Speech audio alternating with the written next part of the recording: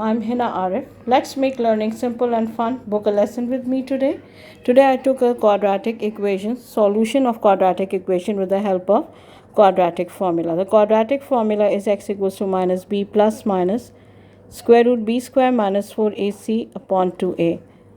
Your a is 1 and b is minus 5, which is the coefficient of x, and c is equals to 6. Substitute the number in the formula. X equals to minus b minus minus 5 plus minus b square minus 4, a is 1, c is 6 upon 2 times 1.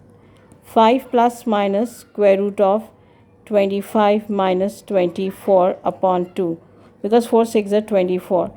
5 plus minus square root 1 is 1 upon 2. So x is equals to 5 plus 1 upon 2, or x equals to 5 minus 1 upon 2. 5 plus 1 upon 2 is 6 upon 2, which is equals to 3. And 5 minus 1 upon 2 is 4 upon 2, which will be equals to 2. We can check are these two answers with the help of the calculator also. Just go to the menu and come to the equations, and then you will get the equations there. Then press equals.